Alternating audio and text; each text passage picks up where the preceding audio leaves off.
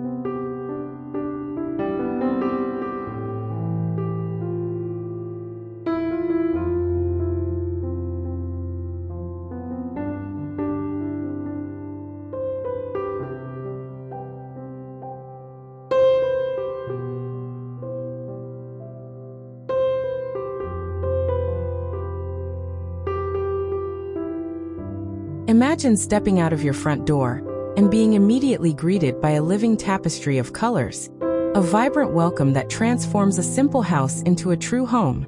We often underestimate the power of curb appeal, not just for the value of our property, but for the daily joy it brings to our lives. By combining structural elegance with the wild beauty of blooming flowers, we can create a sanctuary that invites nature right to our doorstep. Today, we are going to explore exactly how to layer plants, choose the perfect color palettes, and design garden beds that look professionally manicured yet effortlessly natural.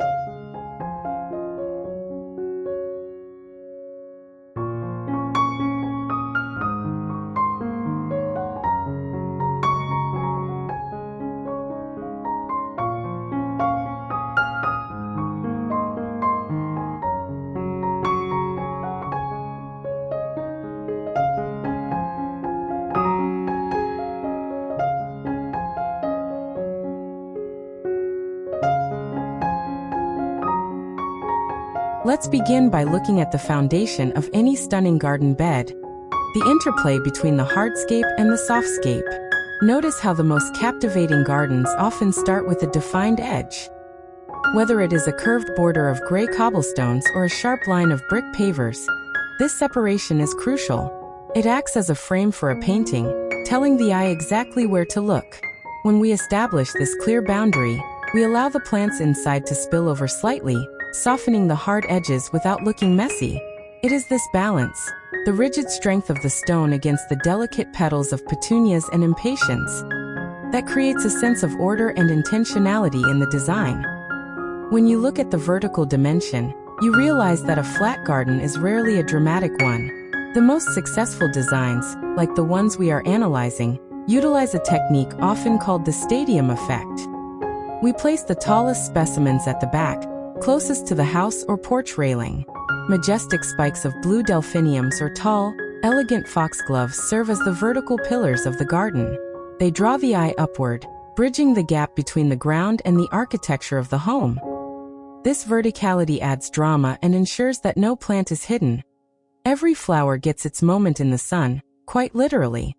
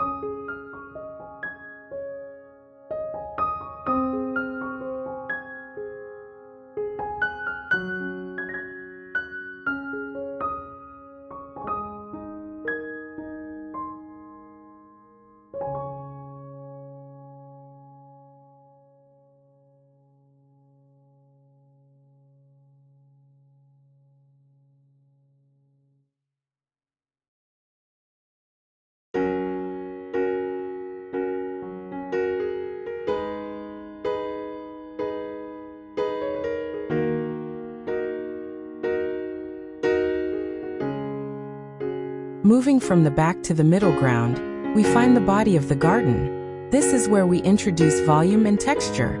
Plants like hydrangeas with their large globose heads, or shrub roses that offer repeated blooms, act as the anchors. They provide a lush, leafy mass that connects the tall background spikes to the lower ground covers. It is important here to think about foliage as much as flowers. The deep greens of rose leaves or the broad, variegated leaves of hostas provide a resting place for the eye amidst the riot of color. Without this filler layer, the garden would look sparse and disconnected, like a collection of individual plants rather than a cohesive ecosystem.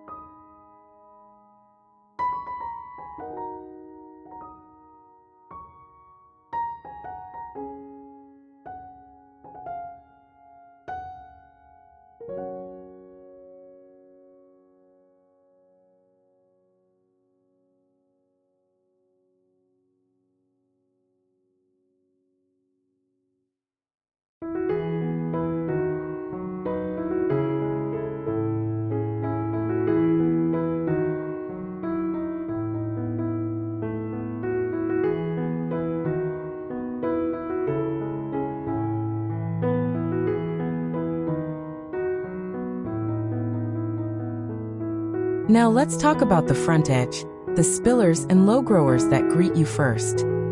This represents the welcoming committee of your landscape. Low-mounding plants like colorful petunias, marigolds, or sweet alyssum are perfect here. We arrange them in drifts or clusters rather than single rows to create bold splashes of color. Notice how mixing hot colors like vibrant yellows and oranges with cool purples creates a dynamic contrast that vibrates with energy. This technique utilizes the color wheel to maximize visual impact.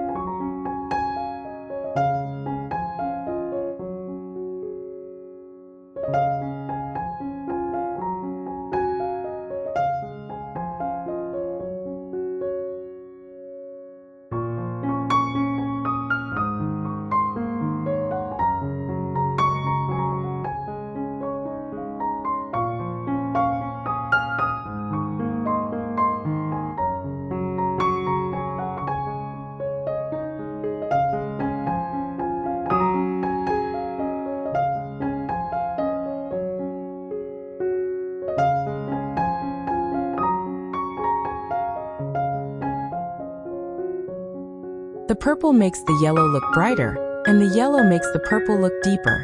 It is a simple artistic principle that brings a professional quality to any DIY garden project. Furthermore, we must consider the texture of the pathways and how we traverse these spaces. A garden is not just to be looked at, it is to be experienced. Incorporating stone pathways, whether they are irregular flagstones or neat pavers, invites exploration. It encourages us to walk slowly, to pause and admire a specific bloom. When we soften these stone paths with creeping plants, or by allowing the lawn to grow flush against them, we integrate the hardscape into nature. It suggests that the garden has been there for a long time, evolving and settling into the landscape. This blend of stone and grass creates a cottage garden feel that is both romantic and timeless.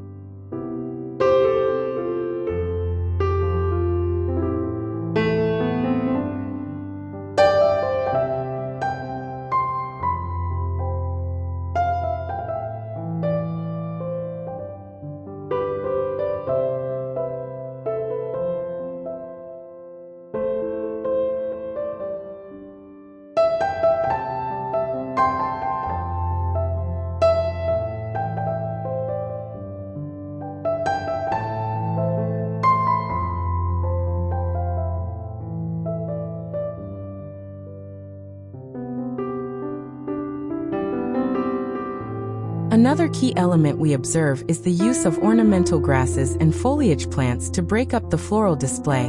While flowers are the stars, grasses like miscanthus or bright chartreuse sweet potato vines act as the supporting cast that makes the show possible. They add movement to the garden. When the wind blows, these grasses sway and rustle, adding an auditory dimension to the visual beauty. The bright lime-green foliage of certain plants can act as a spotlight, illuminating darker corners of the garden bed and providing a fresh, modern contrast to the traditional pinks and purples of the blooms.